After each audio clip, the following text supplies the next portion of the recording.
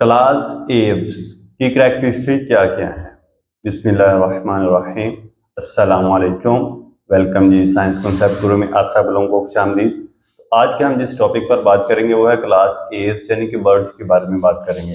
Birds की characteristic क्या क्या होती हैं। तो हम अपना टाइम वेस्ट किए बगैर क्लास एव्स की करैक्टरिस्टिक की तरफ मूव करते हैं और हर एक चीज़ को विद कॉन्सेप्ट के साथ समझने की कोशिश करेंगे। और आप लोगों की जो भी टॉपिक है आप लोगों का बुक से भी जरूर रीड किया जाएगा, क्योंकि आप लोगों का जो पेपर एग्जाम है वो बुक से बनना होता है। ठीक है, तो आप लोगों के जितने भी कॉन्सेप्ट्स हैं वो बुक से क्लियर किए जाएंगे। चलिए जी हम मूव करते हैं क्लास एव्स यानी बर्ड्स की करैक्टरिस्टिक की तरफ।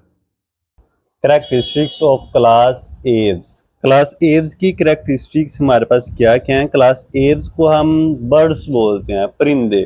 ठीक है, हम लोग फाइलम कॉर्डेटा के बारे में डिस्कस कर रहे थे। उसकी ये हमारे पास फोर्थ क्लास है, क्लास एव्स यानी कि बर्ड्स। ठीक है, birds have a covering of feathers, ठीक है, ऑन द बॉडी। ठीक है, यानी कि इनको जो हमारे पास बॉडी है ना, फीदर्स का मतलब होता है पर, यानी कि ये पर रखने वाले हमारे पास एनिमल्स होते हैं। ठीक है, अपनी बॉडी में पर रखने वाले एनिमल्स होते हैं। Birds are endotherms and homeotherms.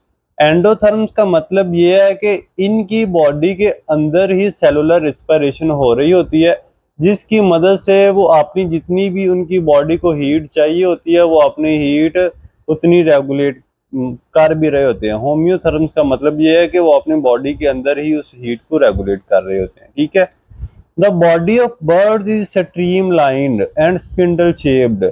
आपको याद हो हम लोगों ने जब फिशेस की बात की थी उस वक्त भी यही डिस्कस किया था कि उनकी बॉडी भी हमारे पास स्ट्रीमलाइंड होती है और स्पिंडल शेप्ड होती है। स्ट्रीमलाइंड बर्ड्स की बॉडी इस वजह से होती है कि उन्होंने मतलब कि हवा के अंदर उड़ना होता है। ठीक है, फर्स्ट बात ये कि अगर उन्होंने तेजी से उड़ना ना, हवा की रेजिस्टेंस कम करने के लिए उनकी बॉडी को स्ट्रीमलाइंड होना पड़ता है। ठीक है, जो फोर लिम्स होती है ना, ठीक है, आगे वाले बाजू जिसे हम बोलते हैं वो विंग्स यानी कि पर के अंदर चेंज हो जाते हैं। जो पीछे वाले बाजू होते हैं, ठीक है, वो लेग्स के अंदर चेंज होते हैं।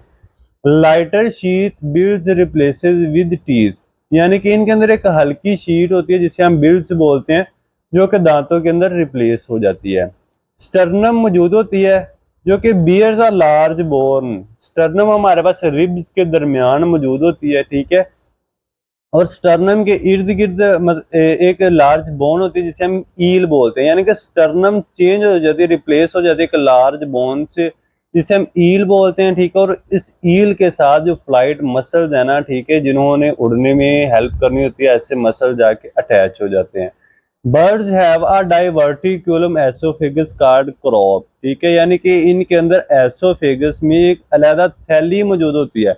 डाइवर्टिकुलम का मतलब है कि थैली। स्टमक तो अलग मौजूद होता ही है, लेकिन क्रॉप्स हमारे पास एक थैली होती है जो कि एसोफेगस के साथ अटैच होती है। ठीक है, और ये थैली क्रॉप हमारे पास स्टोरेज ऑफ फूड का भी काम करती है। ठीक है, muscular walls region of stomach called gizzard. ठीक है, यानी कि स्टमक की जो हमारे पास मस्कुलर वाल होती है वो गिजर्ड कहलाती है।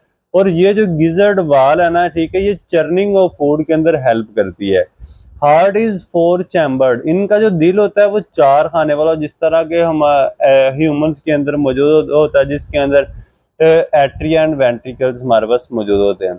Vision and hearing are important senses. Class Aves के अंदर देखने की और सुनने की जो हिस्स होती है ना, वो बहुत ज्यादा तेज होती है। ठीक है, परिंदों के अंदर एक्सटर्नल नेयर्स यानी कि जो बाहर की तरफ नाक वाले हिस्से ओपन होते हैं ना, ठीक है, वो अंदर से फेरंक्स के अंदर ओपन हो जाते हैं। बाहर से हम उनको एक्सटर्नल नेयर्स बोलते हैं। ठीक है, लेकिन अंदर जाकर जिसके अंदर वो ओपन होते हैं उसे फेरंक्स बोलते हैं। और जिस नाली के जरिए ओपन होते हैं, जिस रास्ते के जरिए ओपन होते हैं, उसे नेजल पैसेज बोलते हैं। यानी कि नेजल पैसेज हमारे पास एक ऐसा रास्ता होता है कि जो कि connection between the external nares and pharynx के दरमियान करवाता है। ठीक है, और इनके अंदर एक इम्पोर्टेंट बात यह कि वॉइस ऑर्गन होता है जिसे हम सिरिंक्स बोलते हैं। ठीक है, जो कि सिचुएटेड हमारे पास लोअर एंड ऑफ ट्रैकिया, यानी कि ट्रैकिया के लास्ट में मौजूद होता है वॉइस ऑर्गन जिसे हम सिरिंक्स बोलते हैं। ये बहुत इंपॉर्टेंट एमसीक्यूज पूछा जाता है। ठीक है, एयर सैक्स हमारे पास मौजूद होती हैं जिसे हम पैरा ब्राउन के ही बोलते हैं, ठीक है, यानी कि ये स्मॉल ट्यूब्स होती हैं, ये भी एमसीक्यूज पूछा जाता है। हैव अमनॉटिक एग, हम लोगों ने लास्ट टाइम क्लास रेप्टाइल्स के अंदर डिस्कस किया था एमनॉटिक एग्स के बारे में कि उनके अंदर एक्सटर्नल लेयर्स भी मौजूद होती हैं, ठीक है। Fertilization is internal, fertilization is internal का मतलब है कि फीमेल की बॉडी के अंदर ही एग एंड स्पर्म फ्यूज होते हैं, ठीक है, जिसकी मदद से जाइगोट बनता है।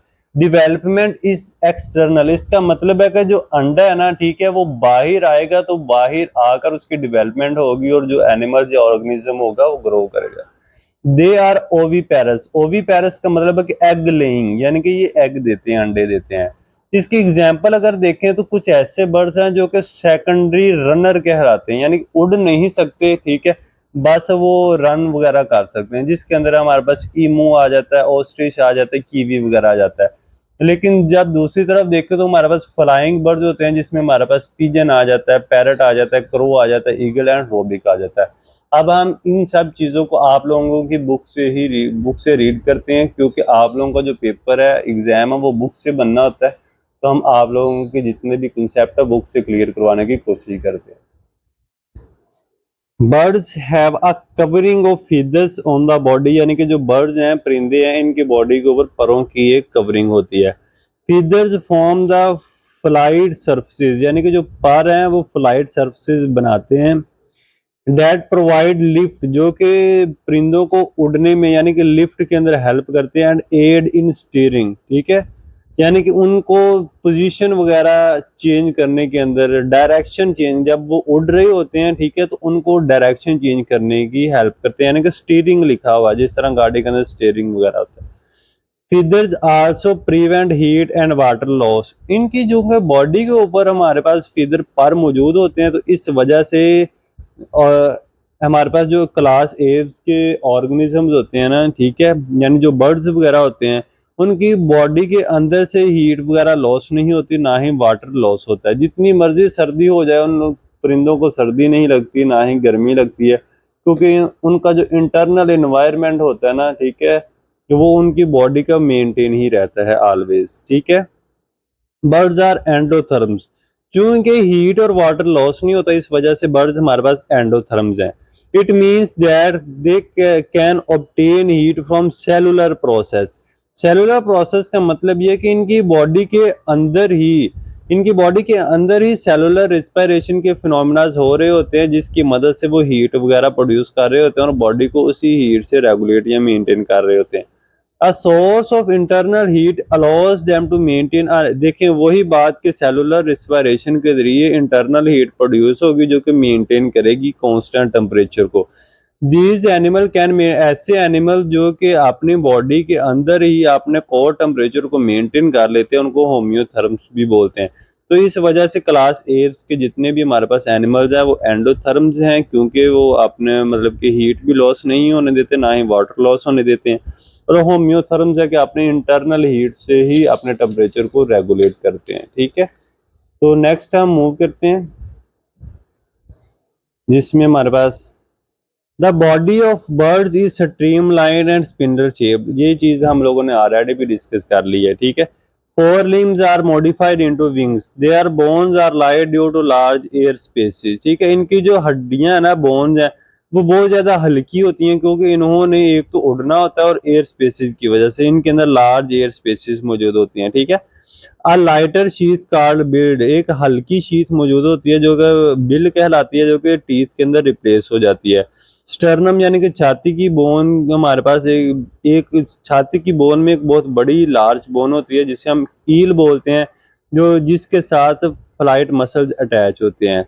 इन मैनी बर्ड्स आर डाइवर्टिकुलम, यानी कि एक इन बर्ड्स के अंदर इस तरह बोल लेंगे हमारे पास थैली मौजूद होती है एसोफेगस के साथ, जिसे क्रॉप बोलते हैं। क्रॉप की फंक्शनिंग क्या है, स्टोरेज करना होता है, ठीक है, उसने जल्दी जल्दी से फूड को स्टोरेज करना होता है। जब आप लोगों ने देखा होगा परिंदे जब भी फूड वगैरह खाते हैं तो वो जल्दी जल्दी जो दाना होता है उसको अपनी बॉडी के अंदर लेकर बार बार चले जाते हैं, और वो एसोफेगस की क्रॉप के अंदर जाके पहले स्टोर होता है, फिर वहां से स्टमक के अंदर जाता है और चर्निंग वगैरह होती है, तो फिर वो डाइजेस्ट हो जाता है। Region of stomach called gizzard, एक रीजन होता है, ठीक है, जिसे हम गिजर्ड बोलते हैं, और वो उसका काम क्या है, ये मस्कुलर रीजन है और ये क्रशिंग के अंदर, क्रशिंग ऑफ फूड के अंदर हेल्प करता है। देयर हार्ट इज 4 चैम्बर, इनका जो हार्ट है वो 4 चैम्बर से मिलकर बना होता है, जिसमें सेपरेट हमारे पास एट्रिया एंड वेंट्रिकल्स होते हैं। Birds have much developed nervous system, इनके अंदर जो नर्वस सिस्टम होता है वो बहुत ज्यादा डिवेल्प हुआ होता है। Vision and hearing are important sense, इनके अंदर जो हमारे पास विजन, देखने की और सुनने की स्मार्ट होती है वो बहुत ज्यादा होती है, ठीक है। ये ऑलरेडी हम लोगों ने सारा कुछ डिस्कस किया हुआ है, ठीक है। Bills and tongues are modified for a variety of feeding है, यानी कि जो हमारे पास परिंदे होते हैं उनके अंदर बिल्स और टंग है ना, वो उनके हैबिटेट के हिसाब से चेंज हो जाते हैं। कईयों के अंदर मतलब कि चोंच वगैरह बन जाती है, कईयों के अंदर किस तरह की चोंच होती है, कईयों की किसी तरह की होती है, तो उनके हैबिटेट के एनवायरनमेंट से होती है, ठीक है। एक्सटर्नल नेयर्स की बात आ गई कि जो बाहर के नेयर्स हैं वो फेरंक्स के अंदर जाकर ओपन होते हैं with the help of nasal passageway, ठीक है। जो फेरंक्स है वो लीड करती है ट्रैकिया तक, ठीक है, और फिर इनके अंदर ट्रैकिया के एंड पे एक वॉइस ऑर्गन मौजूद होता है जिसे सेरंक्स बोलते हैं, ठीक है।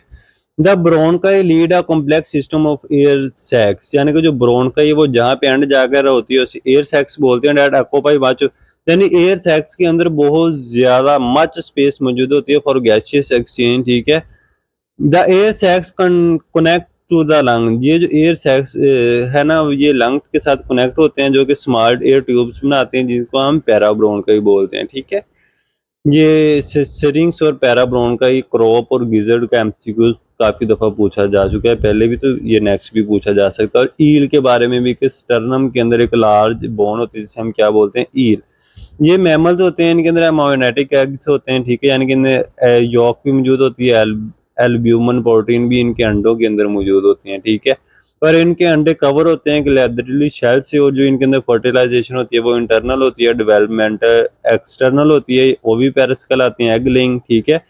इनके अंदर जो सेकेंडली पावर ऑफ फ्लाइट है कुछ एनिमल्स के अंदर नहीं होती, यानी कि वो सिर्फ रेंगते ही हैं, उड़ते नहीं है, उनको रनिंग बर्ड्स बोलते हैं, जिसके अंदर ऑस्ट्रिच, कीफी वगैरह आ जाता है।